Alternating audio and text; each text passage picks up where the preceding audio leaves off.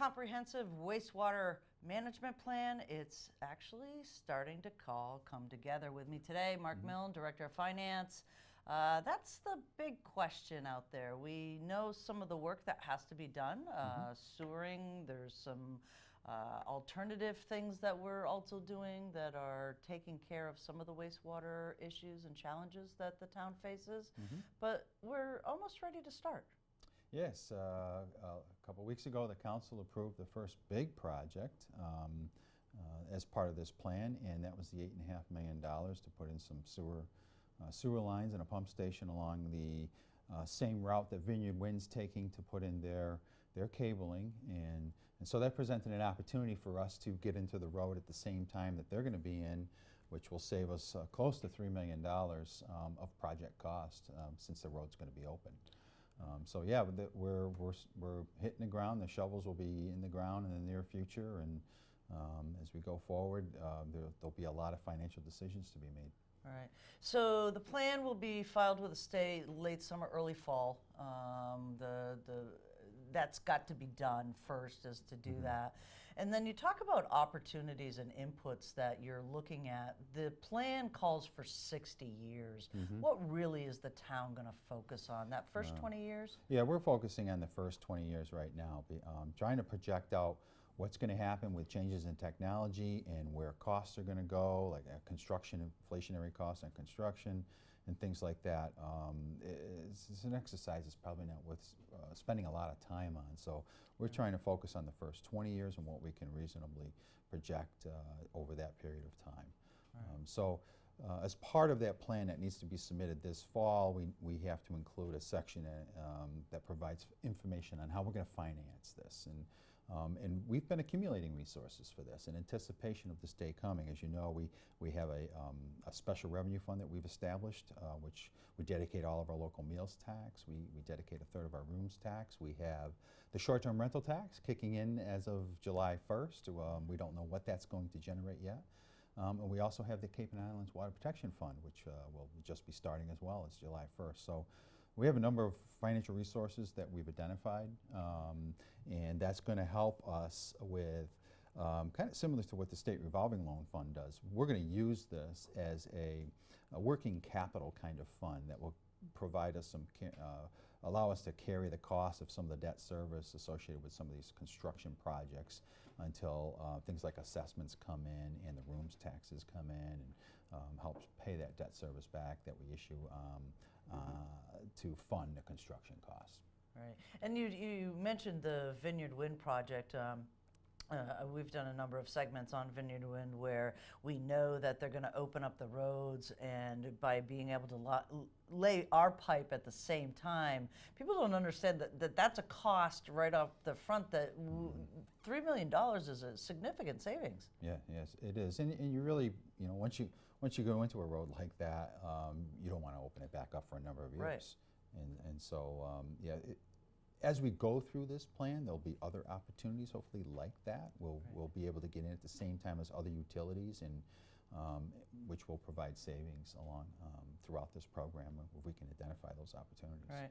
So what do you have for other inputs? I mean, you've mentioned some of the funds that would be available through local rooms tax and things like that, but directly related to the resident, what's in the horizon for us? Well, there's a lot of things we have to take into consideration when trying to determine what the cost of the homeowner is going to be in this plan. For example, as I mentioned earlier, where are construction costs going to go?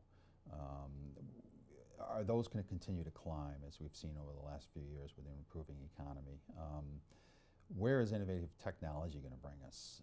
And will that allow us to implement alternative solutions as opposed to putting pipe in the ground, for example, saving us cost potentially in that area.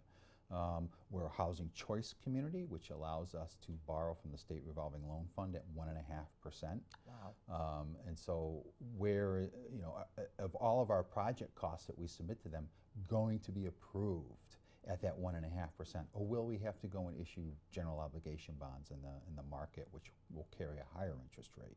We have to think about that and try to project where that's going to go. what is the sewer assessment that we're going to charge in property owners as we begin putting sewers in front of homes, and what are the connection costs associated with those, and how are those connection costs going to be paid? There's a lot of different things that we have to consider. We don't have all the answers to them today, but these are all part of our planning that we're putting together that final plan that will be submitted in the fall. We're working on that over the summer. And so yeah, there's a lot of different things to consider. We can't, like I say, just tell everybody it's going to cost X amount of dollars for your project, because some projects are going to be more expensive than others. They're going to be harder to get to the homeowners in certain areas. They're going to be longer pipes that have to be put into certain neighborhoods, which is going to cost more money. The more pipe, the more money usually. And so there's a lot of different considerations that we have to think about. But if we can come up with a plan that kind of makes it somewhat predictable as to what somebody can estimate, that ultimately is what it's going to cost them. That's ultimately our goal, to make it somewhat predictable, understanding that there's a lot of different inputs that could change those numbers, and so we have to have some flexibility as well. Right, and you don't really have that, whether it's assessment or betterment at this point, because you don't have the costs or the neighborhoods really, you know, who's going first. And then there's also some partnerships out there as well, which may help the town gain federal dollars if we were out at the base, or some of the, you know, joining forces with another town may allow us to defray some of those costs. Yeah, it may allow us to become available, or opportunities for grants, especially from the federal government. With you know, they keep talking about implementing a comprehensive infrastructure improvement program across the country, and you know, if that happens, potentially with partnerships with other communities, making partnerships with other communities, make a grant application much stronger in the eyes of granting agencies like that. And so if we can come up with those agreements, perhaps some federal dollars could come our way to help with some of the cost of this program. All right. And as you project out, we've talked about bond ratings and things like that over time, and you've talked about debt service. What does that kind of do to your 5-year plans and things like that? I know you've been planning for some of this, but now you're projecting a 20-year plan.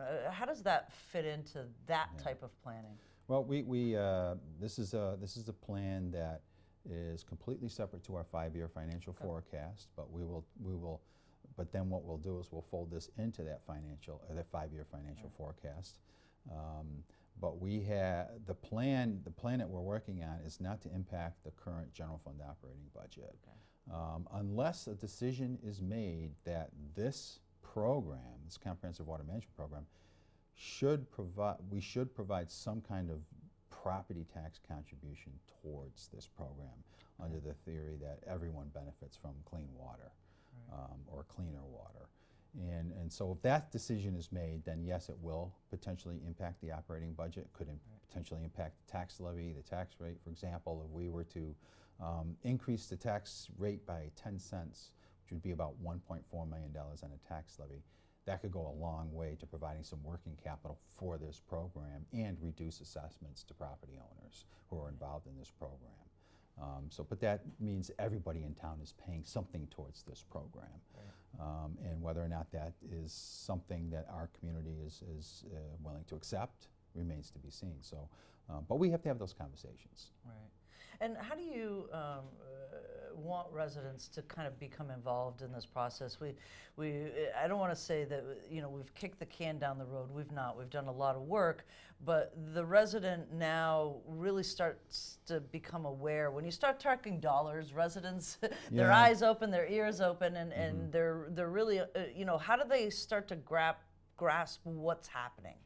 I think when the plan is filed with the DEP and that becomes available, that'll provide a lot of information for residents to understand what's going on. And when the shovels hit the ground, I think they'll become more involved as well. Right now, it's kind of, well, yeah, we know what's out there, but you know, there's not a lot of construction going on. But with this Vineyard Wind project coming up, we'll start seeing that. And I think more conversation will take place when those shovels hit the ground. Right. Is there any question I didn't ask that you want to answer? No. No, we just like I said before, we need to provide some. We need to understand that this plan's evolving and it's going to change from year to year. At least the financing side of things and the technical side of things as well. Those, technology improves over time, and especially inflationary costs and the bond market and all of those things.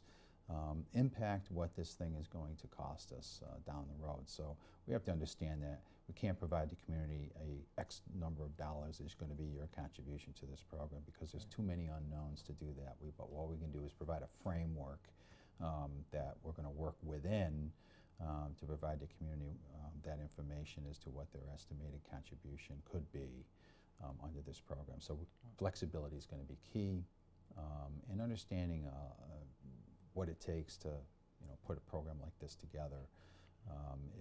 It's a long-range plan, so nobody can put those long-range plans in stone and say, this is it, this is what it's going to be.